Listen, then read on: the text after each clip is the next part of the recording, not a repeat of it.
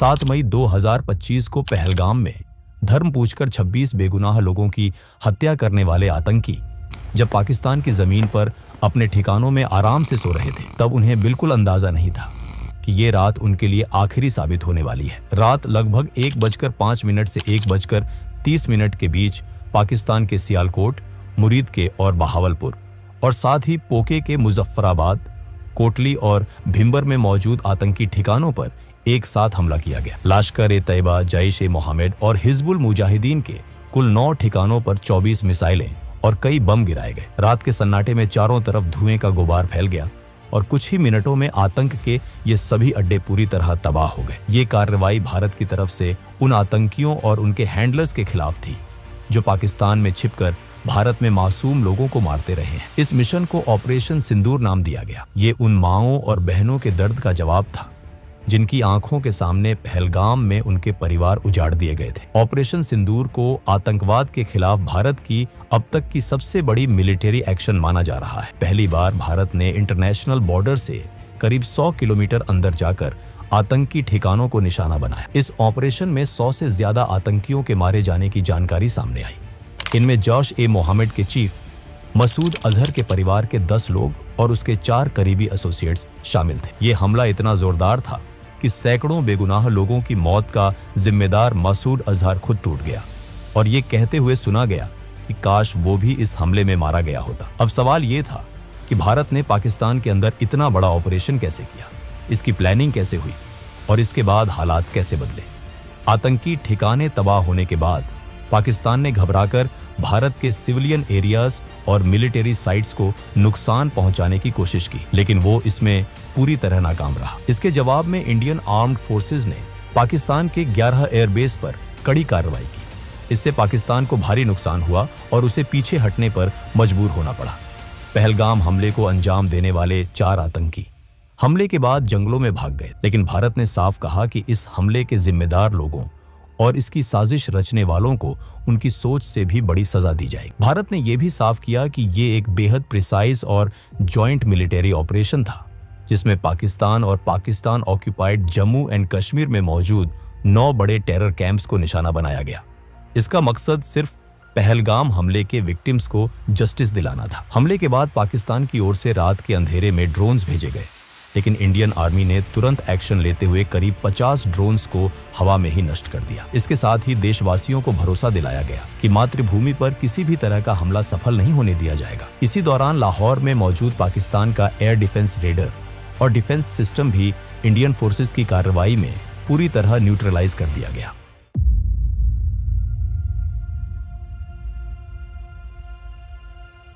इस पूरी कहानी की शुरुआत 22 अप्रैल 2025 से होती है, जब पाकिस्तान के आतंकी संगठन लश्कर-ए-तैयबा से जुड़े उसके फ्रंट ग्रुप टीआरएफ के 5 से 6 आतंकियों ने पहलगाम की बैसरन घाटी को पूरी तरह दहशत में बदल दिया। आतंकियों ने वहां मौजूद लोगों को रोका, उनसे उनका धर्म पूछा और जैसे ही किसी ने खुद को हिंदू बताया, उसे गोली मार दी गई।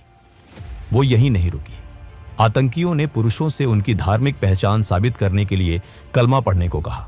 जो लोग कलमा नहीं पढ़ पाए, उन्हें बेरहमी से मार दिया गया। इस तरह सिर्फ धर्म के आधार पर 26 बेगुनाह पुरुषों की जान ले ली गई। ये पाकिस्तान की तरफ से कराया गया कोई पहला आतंकी हमला नहीं था। पिछले 2-3 दशकों में पाकिस्तान स्पॉन्सर्ड टेररिज्म के तहत 2001 parliament attack, 26/11 Mumbai attack, Pathankot, Uri और पुलवामा जैसे कई बड़े हमले भारत में कराए जा चुके हैं। साल 2024 में भी जम्मू कश्मीर के सोनमार्ग, गुलमर्ग और रियासी में हमले हुए थे, लेकिन पहलगाम का हमला इन सब से अलग था। इस बार आतंकियों ने इंसानियत की हर सीमा पार कर दी थी। धर्म के आधार पर की गई इन हत्याओं ने भारत की सहन शक्ति की हद भी पार कर दी। वहीं दूसरी तरफ पाकिस्तान ने हमेशा की तरह वही पुराना खेल शुरू कर दिया।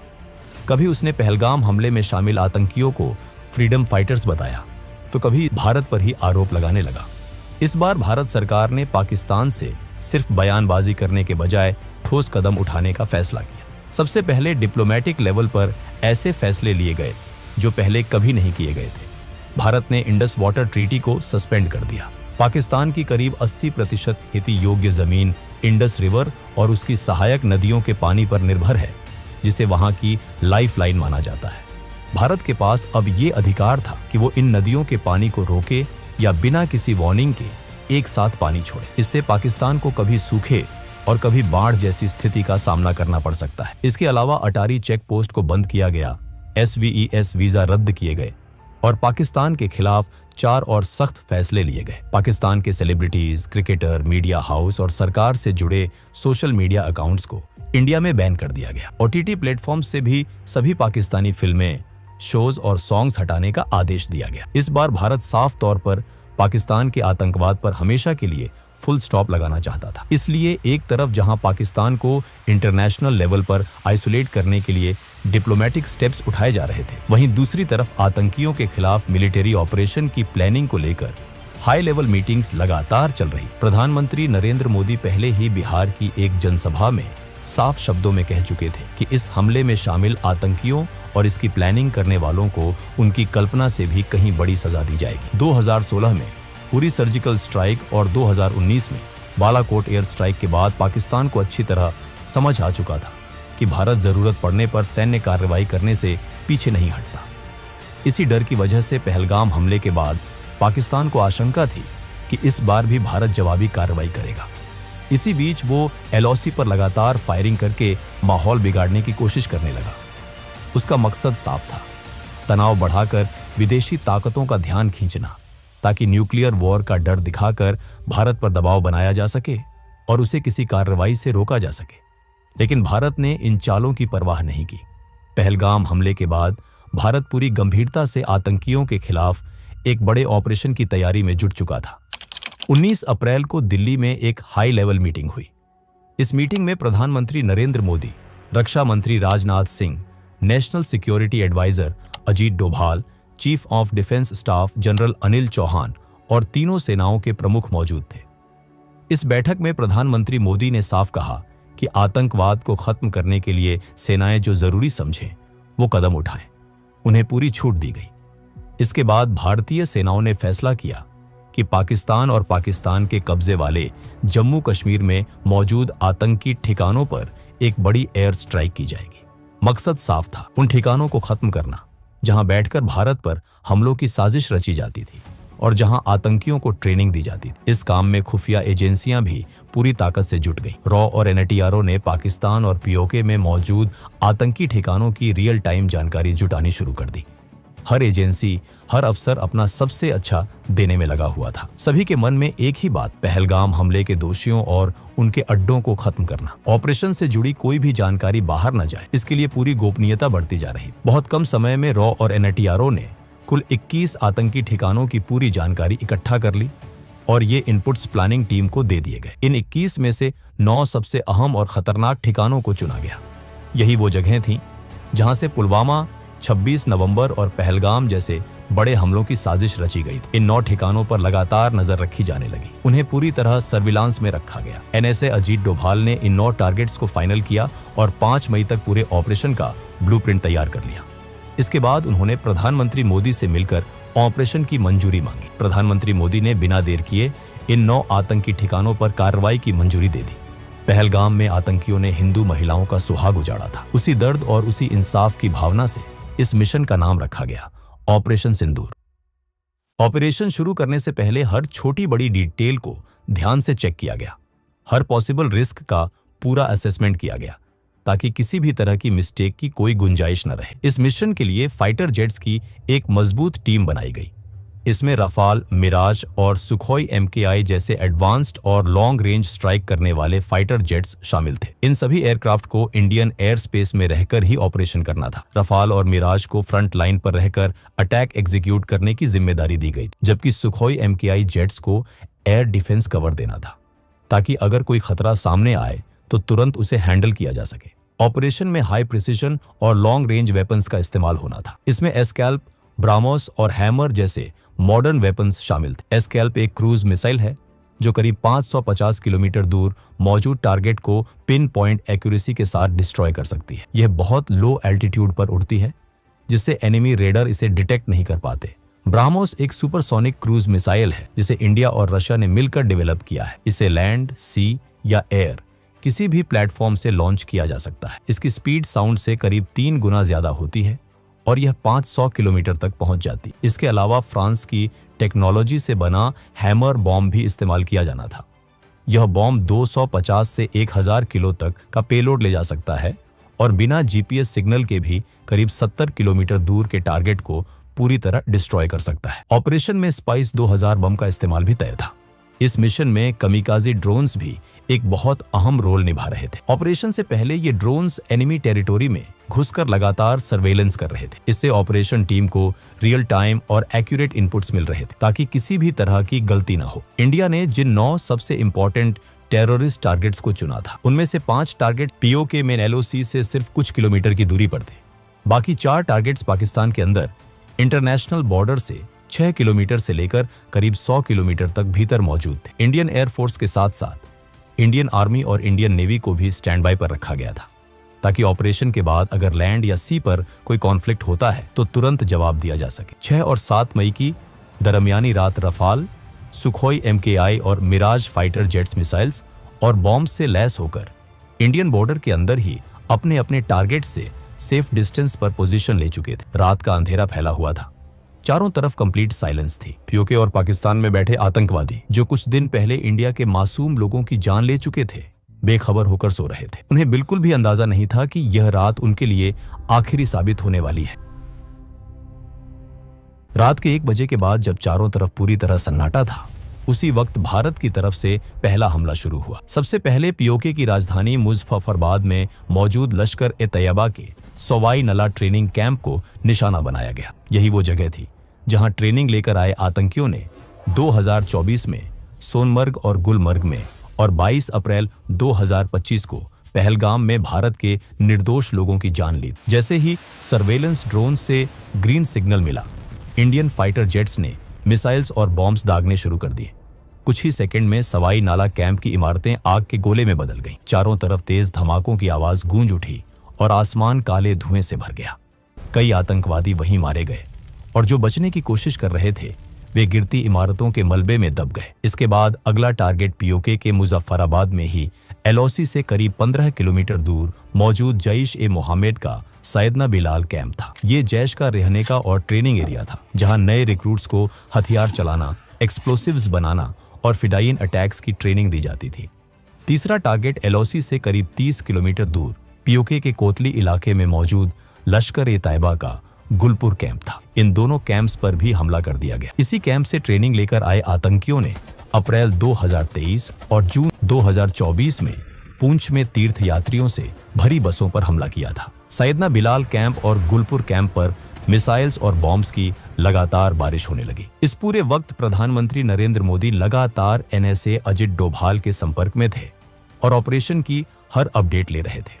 इसके बाद इंडियन फाइटर जेट्स का अगला निशाना भिम्बर इलाके में लश्कर-ए-तैयबा का बरनाला कैंप और कोतली में जैश-ए-मोहम्मद का अब्बास कैंप बना।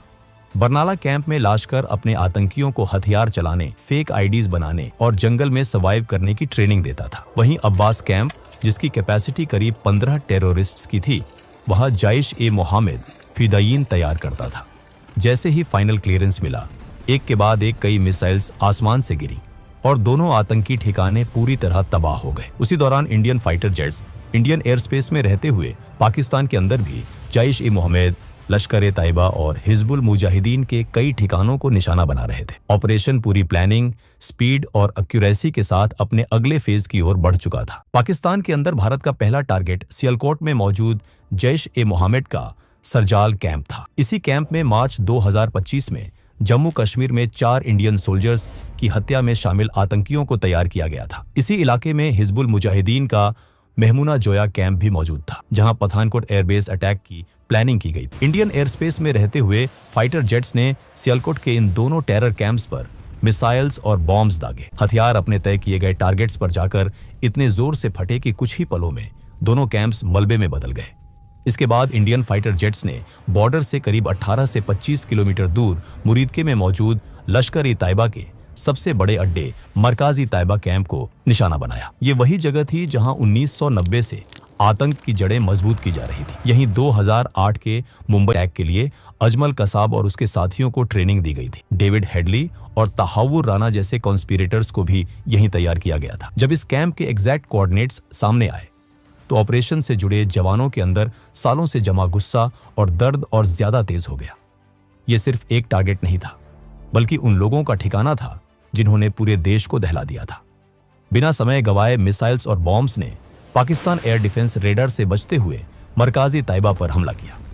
जोरदार धमाकों से जमीन कांप उठी, आसमान गूंज गया और कुछ ही पलों में आतंक का यह किला पूरी तरह ढह गया।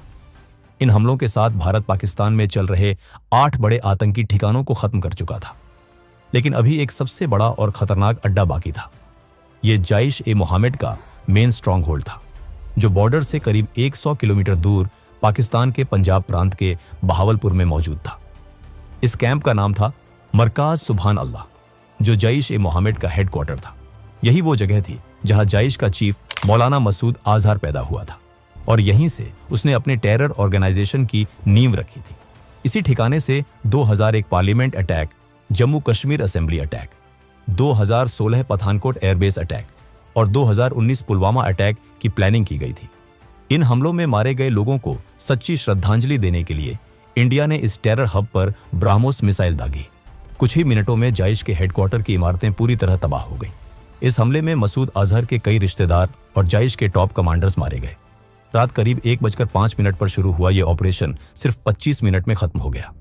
इस दौरान आतंक के कुल 9 बड़े ठिकाने पूरी तरह नष्ट कर दिए गए और 100 से ज्यादा आतंकवादी मारे गए। इस ऑपरेशन में मसूद अजहर का भाई और इंडियन एयरलाइंस IC 814 हाईजैकिंग का मास्टरमाइंड अब्दुल रऊफ अजहर भी मारा गया।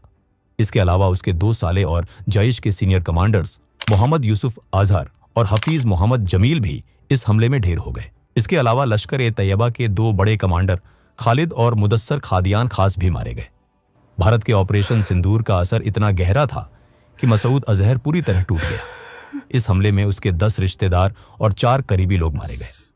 हालात ऐसे हो गए कि उसने ये तक कह दिया कि काश वो भी उनके साथ मारा गया होता। इस पूरे घटनाक्रम में एक खास बात यह रही कि भारत के ऑपरेशन से करीब 3 घंटे पहले पाकिस्तानी वायुसेना ने सोशल मीडिया प्लेटफॉर्म X पर भारत का मजाक उड़ाते हुए एक पोस्ट डाली थी। उसमें लिखा था, शांति से सो जाओ क्योंकि PF जाग रही है। लेकिन इसके 3 घंटे बाद ही भारत ने पाकिस्तान के आतंकी ठिकानों पर हमला कर उन्हें पूरी तरह तबाह कर दिया और पाकिस्तान को असली मायनों में जगा दिया। ऑपरेशन की सफलता के कुछ ही घंटों बाद 7 मई की दोपहर को भारत सरकार ने एक प्रेस कॉन्फ्रेंस की। इस मंच पर फॉरेन सेक्रेटरी विक्रम मिस्री, भारतीय वायुसेना की विंग कमांडर व्योमिका सिंह और भारतीय सेना की कर्नल सोफिया कुरैशी मौजूद थीं। ये कोई सामान्य प्रेस कॉन्फ्रेंस नहीं थी, बल्कि आतंकवाद के खिलाफ भारत का एक मजबूत और प्रतीकात्मक संदेश था। यह संदेश उन आतंकियों के लिए था जिन्होंने पहलगाम में लोगों से उनका धर्म पूछकर उन्हें मारा था और उनकी महिलाओं से कहा था कि जाकर सरकार को बता देना। उसी सोच को जवाब देने के लिए एक हिंदू और एक मुस्लिम महिला अधिकारी को सामने लाया गया। इससे भारत ने साफ दिखा दिया कि वो धर्म के आधार पर बंटा हुआ देश नहीं है, बल्कि एकजुट राष्ट्र है। कर्नल सोफिया कुरैशी और विंग कमांडर व्योमिका सिंह ने लाइव वीडियो सबूतों के साथ बताया कि भारत ने ऑपरेशन सिंदूर के तहत POK में 5 और पाकिस्तान में 4 आतंकी ठिकानों को निशाना बनाया और सभी को पूरी तरह नष्ट कर दिया। ऑपरेशन के तुरंत बाद विदेश मंत्री S जयशंकर और राष्ट्रीय सुरक्षा सलाहकार अजित डोभाल ने अमेरिका, ब्रिटेन, रूस, सऊदी अरब और UAE जैसे देशों को इस कार्रवाई की जानकारी दी। दुनिया के कई बड़े देशों ने भारत की इस कार्रवाई को आतंकवाद के खिलाफ जरूरी कदम बताया। सबसे अहम बात यह रही कि इस बार भारत की विपक्षी पार्टियों ने भी कोई सवाल नहीं उठाया। सभी ने सेना की सराहना की, सरकार का समर्थन किया और आतंकवाद के खिलाफ देश की एकजुटता दिखाई। इसके बाद पाकिस्तान के रक्षा मंत्री ख्वाजा आसिफ ने बयान दिया कि अगर भारत हमले रोक देता है तो पाकिस्तान भी कोई जवाबी कार्रवाई नहीं करेगा। लेकिन उनकी बातों के उलट पाकिस्तानी सेना लगातार LOC पर भारत के रिहायशी इलाकों को निशाना बना रही थी। पाकिस्तान की ओर से सबसे ज्यादा गोलीबारी पुंछ इलाके में हुई। इस फायरिंग में 12 बेगुनाह लोगों की मौत हो गई, जिनमें 4 छोटे बच्चे भी शामिल थे। इसी हमले में भारतीय सेना के लांस नायक दिनेश कुमार भी शहीद हो गए। इतना ही नहीं, पाकिस्तान यहीं नहीं रुका, उसने भारत के खिलाफ एक बड़े सैन्य हमले की भी कोशिश की। 7 और 8 मई की रात के बीच पाकिस्तान ने जम्मू कश्मीर, पंजाब और गुजरात के करीब 15 शहरों में स्थित भारतीय सैन्य ठिकानों, आम नागरिक इलाकों और धार्मिक स्थलों को ड्रोन और मिसाइलों से निशाना बनाने का प्रयास किया। लेकिन भारत पहले से ही पाकिस्तान की मंशा को समझ चुका था और पूरी तरह सतर्क था। जैसे ही ये ड्रोन और मिसाइल भारतीय हवाई सीमा में घुसे, भारत की मजबूत और कई स्तरों वाली वायु रक्षा प्रणाली ने उन्हें आसमान में ही नष्ट कर दिया। पाकिस्तान की यह साजिश पूरी तरह नाकाम हो गई। भारत ने पाकिस्तान को बता दिया कि वो अपने सुरक्षा से कभी समझौता नहीं करता। अगर कोई देश या संगठन भारत की ओर आंख उठाकर देखेगा तो उसका जवाब उसी भाषा में दिया जाएगा।